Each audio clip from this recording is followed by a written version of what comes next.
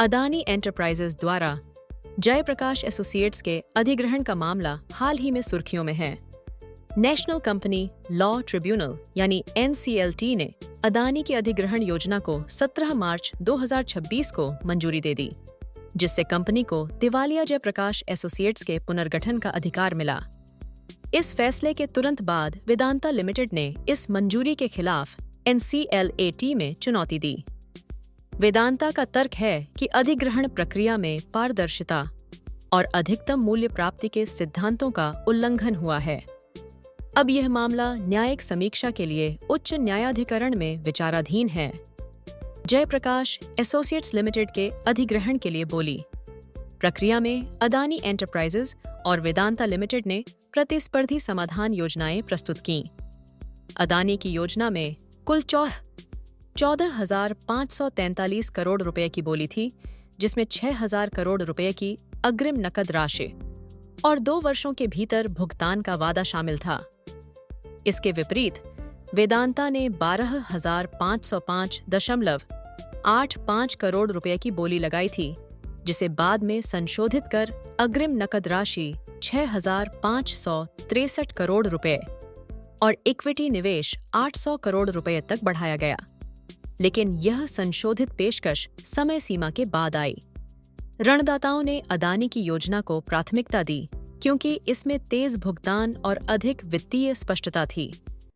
इस प्रक्रिया में अदानी को वित्तीय ऋणदाताओं का लगभग 93.8% समर्थन प्राप्त हुआ, जबकि वेदांता की आपत्तियों को खारिज कर दिया गया। वेदांता ने अदानी एंटरप्राइजेज द्वारा जयप्रकाश एसोसिएट्स के अधिग्रहण को लेकर कई आपत्तियां दर्ज की हैं। कंपनी का आरोप है कि ऋणदाताओं ने अधिकतम मूल्य प्राप्ति के सिद्धांत का पालन नहीं किया और बोली प्रक्रिया में पारदर्शिता की कमी रही।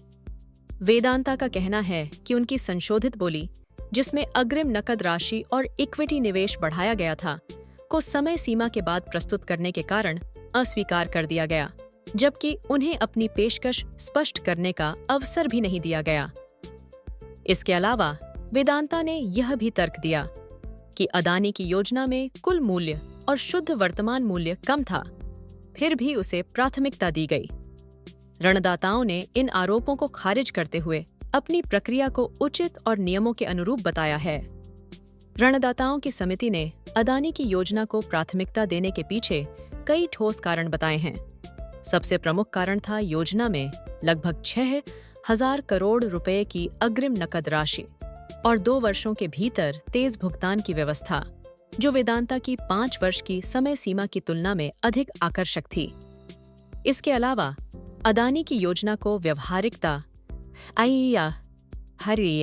क्रियान्वयन क्षमता और भुगतान की गति जैसे पहलुओं में भी बेहतर माना गया।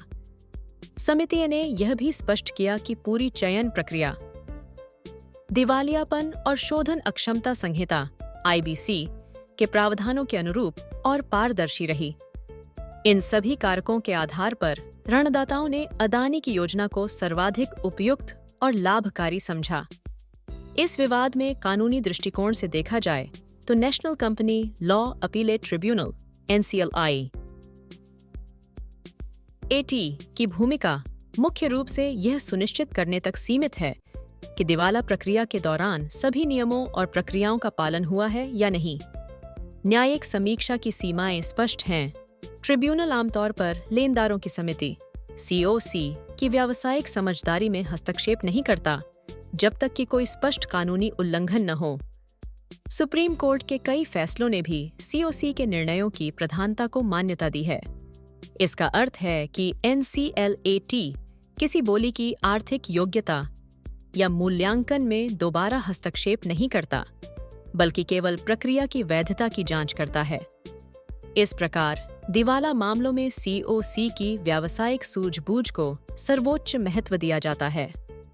17 मार्च को नेशनल कंपनी लॉ ट्रिब्यूनल ने अपने आदेश में ऋणदाताओं की प्रक्रिया को उचित और निष्पक्ष माना।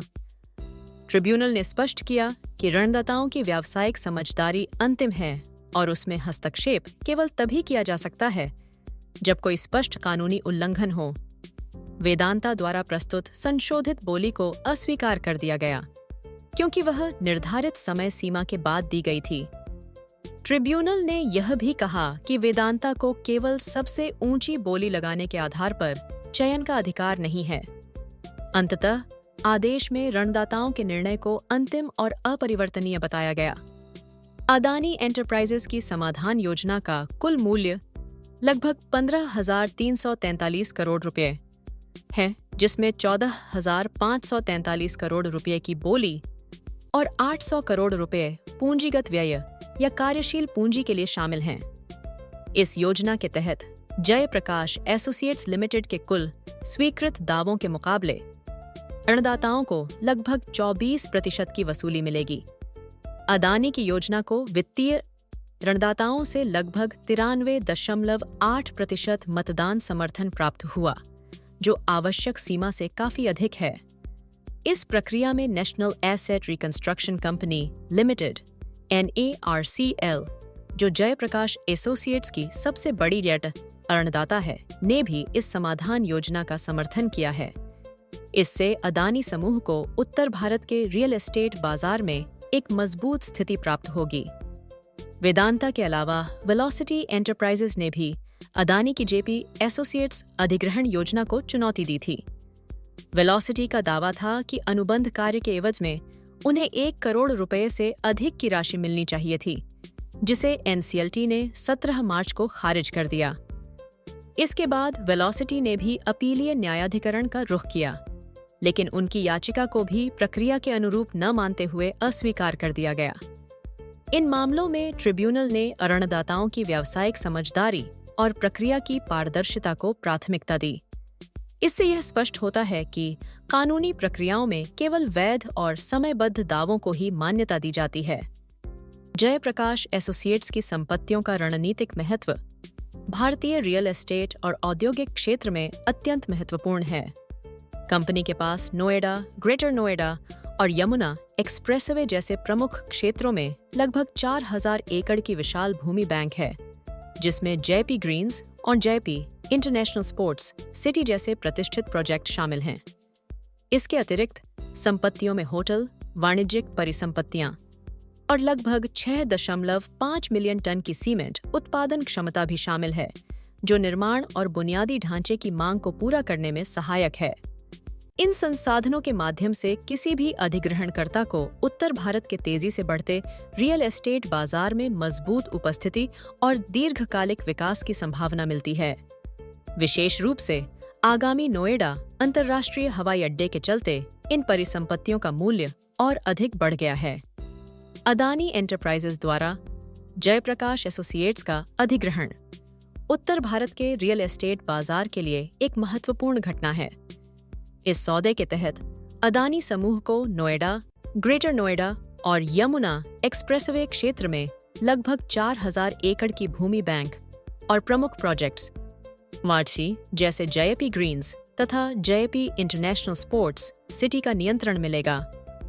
इन क्षेत्रों में भूमि की कीमतों में लगातार तेजी देखी जा रही है और मांग भी तेजी से बढ़ रही है, विशेष रूप से आगामी नोएडा अंतर्राष्ट्रीय हवाई अड्डे के कारण। हवाई अड्डे के विकास से आसपास के इलाकों में वाणिज्यिक और आवासीय संपत्तियों की मांग और मूल्य दोनों में उल्लेखनीय वृद्धि की संभावना है। अदानी का यह अधिग्रहण समूह को उत्तर भारत के रियल एस्टेट क्षेत्र में एक मजबूत स्थिति प्रदान करेगा, जिससे वे उभरते अवसरों का लाभ उठा सकेंगे।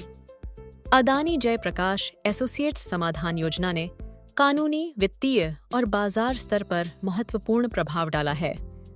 कानूनी दृष्टि से NCLT द्वारा ऋणदाताओं के व्यावसायिक विवेक को सर्वोच्च मानते हुए अदानी की योजना को मंजूरी दी गई, जबकि वेदांता की आपत्तियों को खारिज कर दिया गया। वित्तीय रूप से अदानी की 14,543 करोड़ रुपए की बोली से ऋणदाताओं को लगभग 24% की वसूली सुनिश्चित होती है, जिसमें त्वरित भुगतान और अग्रिम नकद राशि की प्रमुख भूमिका है। बाजार के संदर्भ में यह अधिग्रहण अदानी समूह को उत्तर भारत के रियल एस्टेट क्षेत्र में मजबूत स्थिति प्रदान करता है, विशेषकर नोएडा और ग्रेटर नोएडा जैसे क्षेत्रों में, जहां भूमि की मांग और कीमतें लगातार बढ़ रही हैं। अपीलीय कार्यवाही के चलते समाधान की वैधता और प्रक्रिया की पारदर्शिता पर अंतिम निर्णय अभी लंबित है, जिससे भविष्य की कॉर्पोरेट दिवालियापन प्रक्रियाओं के लिए भी दिशा निर्देश तय हो सकते हैं।